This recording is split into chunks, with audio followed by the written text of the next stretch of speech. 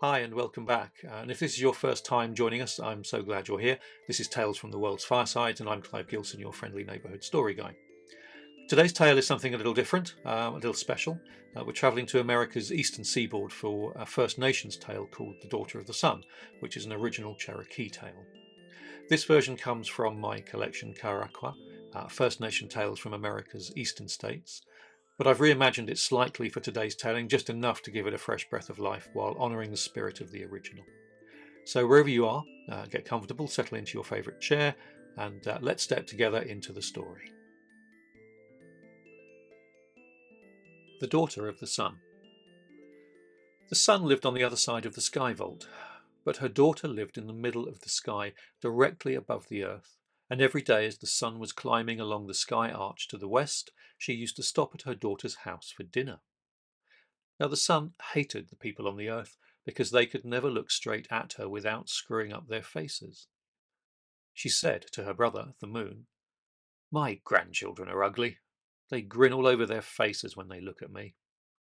But the moon said, "Oh, I like my younger brothers. I think they're very handsome."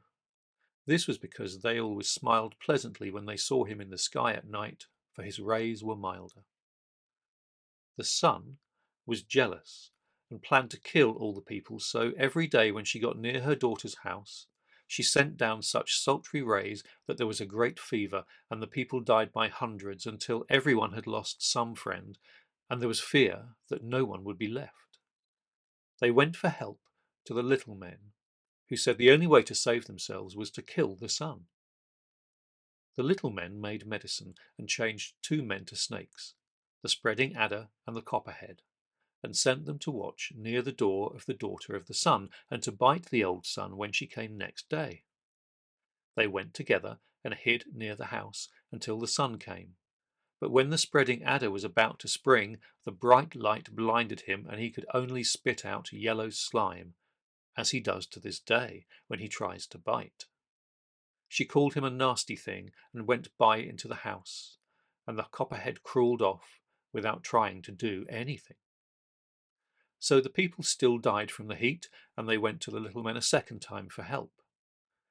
The little men made medicine again and changed one man into the great Uktena and another into the rattlesnake, and sent them to watch near the house and kill the old sun when she came for dinner. They made the Uktena very large, with horns on his head, and everyone thought he would be sure to do the work. But the rattlesnake was so quick and eager that he got ahead and coiled up just outside the house. And when the sun's daughter opened the door to look out for her mother, he sprang up and bit her, and she fell dead in the doorway. He forgot to wait for the old sun, but went back to the people. And the Uktena was so very angry that he went back too. Since then, we pray to the rattlesnake and do not kill him, because he is kind and never tries to bite if we do not disturb him. The Uktena grew angrier all the time and very dangerous, so that if he even looked at a man, that man's family would die. After a long time, the people held a council and decided that he was too dangerous to be with them, so they sent him up to Galunlati, and he is there now. The spreading adder, the copperhead, the rattlesnake, and the Uktena were once all men. Now when the sun found her daughter dead, she went into the house and grieved, and the people did not die any more. But now the world was dark all the time, because the sun would not come out. They went again to the little men, and these told them that if they wanted the sun to come out again, they must bring back her daughter from the ghost country, the darkening land in the west. They chose 7 men to go and gave each a sourwood rod a handbreadth long. The little men told them they must take a box with them, and when they got there, they would find all the ghosts at a dance. They must stand outside the circle, and when the young woman passed in the dance, they must strike her with the rods, and she would fall to the ground.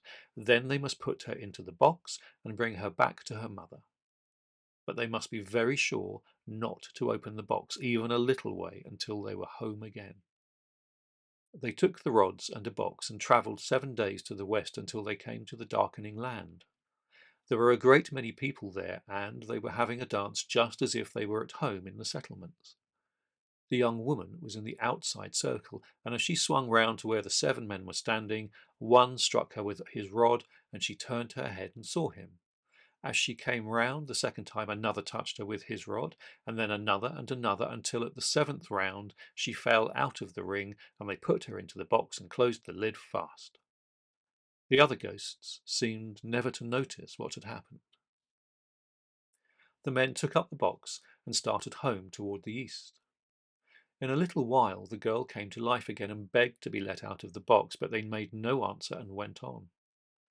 Soon she called again and said she was hungry, but still they made no answer and went on. After another while, she spoke again and called for a drink and pleaded so that it was very hard to listen to her, but the men who carried the box said nothing and still went on. When, at last, they were very near home, she called again and begged them to raise the lid just a little because she was smothering. They were afraid she was really dying, so they lifted the lid a little to give her air, but as they did so there was a fluttering sound inside, and something flew past them into the thicket, and they heard a redbird cry, "Quish, quish, quish," in the bushes. They shut down the lid and went on again to the settlements, but when they got there and opened the box, it was empty. So we know the redbird is the daughter of the sun, and if the men had kept the box closed, as the little men told them to do, they would have brought her home safely, and we could bring back our other friends also from the ghost country. But now, when they die, we can never bring them back. The sun had been glad when they started to the ghost country, but when they came back without her daughter, she grieved and cried, "My daughter, my daughter," and wept until her tears made a flood upon the earth, and the people were afraid the world would be drowned. They held another council and sent their handsomest young men and women to amuse the sun so that she would stop crying. They danced before the sun and sang their best songs, but for a long time she kept her face covered and paid no attention until, at last, the drummer suddenly changed the song. Then she lifted up her face and was so pleased at the sight that she forgot her grief and smiled. Start again. And that brings us to the end of today's tale. This adaptation is taken from a story collected by James Mooney in the book Myths of the Cherokee, which was originally published by the Bureau of American Ethnology as part of their 19th Annual report, printed by the Washington Government Printing Office and dated 1902. And as I mentioned in the intro, this is a Cherokee tale. I've always found joy in rediscovering these lesser-known legends, unearthing them from pages of old collections and offering them a bit of a modern retelling, just enough to breathe new life into them so they can reach fresh ears, just like yours. If you'd like to explore more stories like this, then feel free to check out my books. There's a link in the text at the bottom of the screen and in the description of the video. And if you're curious about Tales from the World's Firesides, or would simply like to know more about me, Clive Gilson, your ever curious story guy, then you can find everything at clivegilson.com. Before you go, if you've enjoyed today's episode, consider tapping the like button or giving us a follow. It really does help others discover these stories. And if you haven't subscribed yet, now's the perfect time. New tales drop every week. Until next time, though, keep listening, keep imagining, and as always, keep that storytelling flame burning bright. Take care, and I'll see you soon.